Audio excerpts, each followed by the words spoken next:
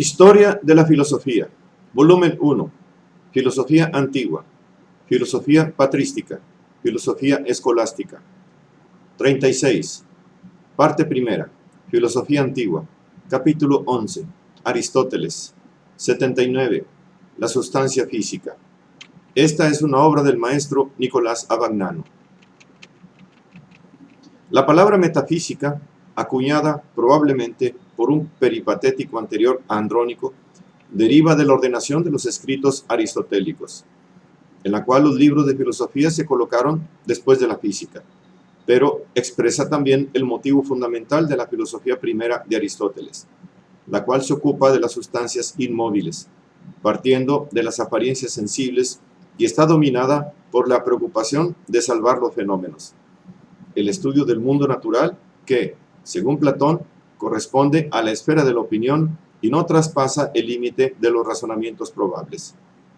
Para Aristóteles es, en cambio, una ciencia en el pleno y riguroso significado del término. Para Aristóteles no hay en la naturaleza nada tan insignificante, tan omisible, que no valga la pena de ser estudiado y no sea manantial de satisfacción y de gozo para el investigador. Las sustancias inferiores, dice, sobre las partes de los animales, siendo más o menos accesibles al conocimiento, adquieren superioridad sobre las demás en el campo científico, y como están más cercanas a nosotros y son más conformes a nuestra naturaleza, su ciencia acaba por ser equivalente a la filosofía que estudia las sustancias divinas. En efecto, aún en el caso de las menos favorecidas desde el punto de vista de la apariencia sensible, la naturaleza que las ha producido ofrece gozos inefables a quienes, considerándolas científicamente, saben comprender sus causas y son, por naturaleza, filósofos. Se debe, además, tener presente que quien discute una parte cualquiera o elemento de la realidad no considera su aspecto material ni éste le interesa. Antes bien, se fija en la forma en su totalidad. Lo que importa es la casa, no los ladrillos, la cal y las vigas. Así, en el estudio de la naturaleza, lo que interesa es la sustancia total de un ser determinado y no sus partes, que, separadas de la sustancia que constituyen, ni siquiera existen. Estas palabras, que puede decirse que forman el programa científico de Aristóteles, hallan su justificación en la teoría de la sustancia, que es el centro de su metafísica. Esta teoría demuestra, en efecto, que cada ser posee, en la sustancia que lo constituye, el principio o la causa de su validez necesaria. Cada ser posee, pues, en cuanto tal, su propio valor, y, si se considera en él lo que precisamente lo hace ser, esto es, la forma total o sustancia, es digno de consideración y de estudio, y puede ser objeto de ciencia. Por eso Aristóteles advierte en el pasaje referido a que se debe mirar a la forma y no a la materia, a la totalidad en que se actualiza la sustancia y no a las partes. Conforme con el programa que sus últimas y más maduras investigaciones metafísicas habían especulativamente justificado, la actividad científica de Aristóteles se dirigió cada vez más hacia las investigaciones particulares. Fijó sobre todo su atención en el mundo animal, según se deduce de los numerosos escritos de historia natural que nos quedan. Y no se puede decir que le fuese extraño ningún campo de la investigación empírica, ya que preparaba a la vez la reunión de las 158 constituciones políticas y se consagraba a otras indagaciones eruditas, cual la compilación del catálogo de los vencedores en los Juegos Pídeos. Pero no es posible ocuparnos de todas las vastas investigaciones naturalísticas de Aristóteles, que, como tales, se salen del campo de la filosofía. Sabemos ya que la física es para él una ciencia teorética, al lado de la matemática y de la filosofía primera. Su objeto es el ser en movimiento, constituido por las dos sustancias que están dotadas de movimiento, la engendrable y corruptible, que forma los cuerpos sublunares, y la inengendrable e incorruptible, que forma los cuerpos celestes. El movimiento es, según Aristóteles, el paso de la potencia al acto y posee, por tanto, siempre un fin, que es la forma o especie que el movimiento tiende a realizar. puesto que el acto como sustancia precede siempre a la potencia. Cada movimiento presupone ya en acto la forma, que es su término final. Aristóteles admite 4 tipos fundamentales de movimientos. El movimiento es de 4 especies. 1A. Movimiento sustancial, esto es, generación o corrupción. 2A. Movimiento cualitativo o cambio. Tercera, movimiento cualitativo, aumento o disminución. Cuarta, movimiento local o movimiento propiamente dicho. Este último es, según Aristóteles, el movimiento fundamental al que se reducen todos los demás. En efecto, el aumento y la disminución se deben al flujo y al alejamiento de una materia determinada. El cambio, la generación y la corrupción suponen el reunirse en un lugar dado o el separarse de determinados elementos. De modo que solamente el movimiento local, o sea, el cambio de lugar, es el movimiento fundamental que permite distinguir y clasificar las distancias sustancias físicas. Ahora bien, el movimiento circular alrededor del centro del mundo. Ahora bien, el movimiento local es, según Aristóteles, de 3 clases. 1. Movimiento circular alrededor del centro del mundo. 2. Movimiento del centro del mundo hacia arriba. Y 3. Movimiento desde arriba hacia el centro del mundo. Estos dos últimos movimientos se oponen recíprocamente y pueden pertenecer a las mismas sustancias, las cuales estarán así sometidas al cambio, a la generación y a la corrupción. En efecto, los elementos constitutivos de estas sustancias, al poderse mover tanto de arriba a abajo como de abajo a arriba, provocarán con estos desplazamientos el nacimiento, el cambio y la muerte de las sustancias compuestas. En cambio, el movimiento circular no tiene contrarios, por lo que las sustancias que se mueven con esta clase de movimiento son por necesidad inmutables, ingenerables e incorruptibles. Aristóteles afirma que el éter, el elemento que compone los cuerpos celestes, es el único que se mueve con movimiento circular. Esta opinión de que los cuerpos celestes estén formados por un elemento distinto de los que componen el universo y que por ello no se haya sujeto a la sucesión de nacimientos, muerte y cambios de las demás cosas, se mantuvo largo tiempo en la cultura occidental y solo llegó a ser abandonada en el siglo XV por obra de Nicolás de Cusa.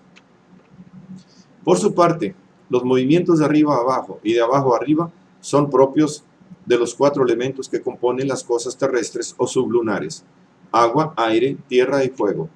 Para explicar el movimiento de estos elementos, Aristóteles establece la teoría de los lugares naturales. Cada uno de estos elementos tiene su lugar natural en el universo. Si la parte de un elemento es alejada de su lugar natural, cosa que no puede ocurrir sino con un movimiento violento, o sea, contrario a la situación natural del elemento, dicha parte tiende a volver a su lugar natural con un movimiento natural. Ahora bien, los lugares naturales de los 4 elementos están determinados por su peso respectivo. En el centro del mundo está el elemento más pesado, la tierra. En torno a la tierra están las esferas de los otros elementos por orden decreciente de peso: agua, aire y fuego. El fuego constituye la esfera última del universo sublunar. Sobre él está la primera esfera etérea o celeste, la de la luna. Aristóteles llegó a esta teoría por experiencias demasiado sencillas. La piedra inmersa en el agua se hunde, es decir, tiende a situarse debajo del agua. Una pompa de aire rota en el agua sube a la superficie del agua, de modo que el aire tiende a colocarse por encima del agua. El fuego llamea siempre hacia arriba, esto es, tiende a unirse con su esfera que se encuentra más allá del aire. El universo físico, que comprende los cielos formados por el éter y el mundo sublunar, formado por los 4 elementos, es, según Aristóteles, perfecto, finito, único y eterno. La perfección del mundo la demuestra Aristóteles con argumentos a priorísticos, carentes de toda alusión a la experiencia, invoca la teoría pitagórica sobre la perfección del número 3 y afirma que el mundo, como posee las 3 dimensiones posibles, altura, anchura y profundidad, es perfecto porque no carece de nada. Pero si el mundo es perfecto, es también finito. En efecto, según Aristóteles, infinito significa incompleto. Infinito es lo que carece de alguna cosa y por lo tanto aquello a lo que puede siempre añadirse algo de nuevo. En cambio, el mundo no carece de nada, por consiguiente es perfecto. Por otra parte, según el propio Aristóteles, ninguna cosa real puede ser infinita. En efecto, cada cosa existe en un espacio y cada espacio tiene un centro, una parte baja, una parte alta y un límite extremo. Pero en el infinito no puede existir ninguna de estas cuatro cosas. Por consiguiente, ninguna realidad física es realmente infinita. La esfera de las estrellas fijas señala los límites del universo, límites más allá de los cuales no hay espacio. Ningún volumen determinado puede ser mayor que el volumen de esta esfera, ninguna línea puede prolongarse más allá de su diámetro. De ello deduce que no puede haber otros mundos más allá del nuestro y que no puede existir el vacío. No pueden existir otros mundos, pues toda la materia disponible debe haber sido colocada ab eterno en este universo nuestro, que tiene por centro la Tierra y por límite extremo la esfera de las estrellas. Como cada elemento tiende naturalmente a su lugar natural, cada parte de la Tierra tiende a alcanzar la Tierra que está en el centro, y todo elemento tiende a unirse a su propia esfera. De este modo, nuestro universo ha debido recoger toda la materia posible y fuera de él no hay materia, es único. Pero fuera de él tampoco existe el vacío. Los atomistas habían sostenido que, sin el vacío, no era posible el movimiento, ya que pensaban que si los átomos, que son parecidos a piedrecitas pequeñísimas, fueran pensados juntos, sin espacios vacíos entre unos y otros, ningún átomo podría moverse. En cambio, Aristóteles afirma que el movimiento en el vacío no sería posible. En efecto, el vacío no sería ni centro, ni alto, ni bajo. En consecuencia, no habría motivo para que un cuerpo se moviera en una dirección más que en otra y todos los cuerpos permanecieran quietos. Como se ve, en todas estas argumentaciones, Aristóteles se apoya siempre en la teoría de los lugares naturales, fundada en la clasificación de los movimientos, y va tan allá que cita como argumento contra el vacío el que hoy llamaríamos el principio de inercia. En el vacío, dice, un cuerpo o permanecería en reposo o continuaría en su movimiento, mientras no se le opusiera una fuerza mayor. Según Aristóteles, esto es un argumento contra el vacío, pero en realidad este argumento demuestra solo que Aristóteles considera absurdo lo que es el primer principio de la mecánica moderna, el principio de inercia. Ya veremos más adelante que este principio queda reconocido en la escolástica del siglo XIV, siendo luego formulado exactamente por Leonardo. Por último, como totalidad perfecta y finita, el mundo es eterno. Aristóteles define el tiempo como el número del movimiento según el antes y el después, entendiendo con ello que el tiempo es el orden mensurable del movimiento. Además, distingue la duración infinita del tiempo en el cual vive todo lo que cambia, desde la eternidad, que es la existencia intemporal de lo inmutable, pero atribuye al mundo en su totalidad la eternidad precisamente en este sentido. Cree Aristóteles que el mundo no se engendró ni puede destruirse, y abarca y comprende en su inmutabilidad total a toda la infinidad del tiempo, y por lo mismo a todos los cambios que ocurren en el tiempo. Consecuentemente, Aristóteles no nos da una cosmogonía, como lo hizo Platón en el Timeo, y no puede dárnosla desde el momento en que, según él, el mundo no nace. A esta eternidad del mundo va unida la eternidad de todos los aspectos fundamentales y de todas las formas sustanciales del mundo. Por eso son eternas las especies animales y también la especie humana, que según Aristóteles puede experimentar vicisitudes alternas en su historia sobre la Tierra, pero es imperecedera como ingenerada que es. La perfección del mundo, que es el presupuesto de toda la física aristotélica, implica la estructura finalista del propio mundo, es decir, implica que en el mundo cada cosa tenga un fin. La consideración del fin es esencial a toda la física aristotélica. Ya se ha visto que, para Aristóteles, el movimiento de un cuerpo no se explica sino admitiendo que el mismo tiende naturalmente a alcanzar su lugar natural. La Tierra tiende hacia el centro, y cada uno de los demás elementos a su propia esfera. El lugar natural de un elemento está determinado por el orden perfecto de las partes del universo. Alcanzar este lugar y por lo tanto mantener y garantizar la perfección de todo es el fin de todo movimiento físico. En la ley fundamental que explica los movimientos de la naturaleza está presente ya la consideración del fin. Pero el fin es todavía más evidente en el mundo biológico, esto es, en los organismos animales. Así se explica la preferencia de Aristóteles por las investigaciones biológicas, a las que dedicó gran parte de su actividad. La divinidad y la naturaleza, dice Aristóteles, no hacen nada inútil. El acaso, hablando con propiedad, no existe.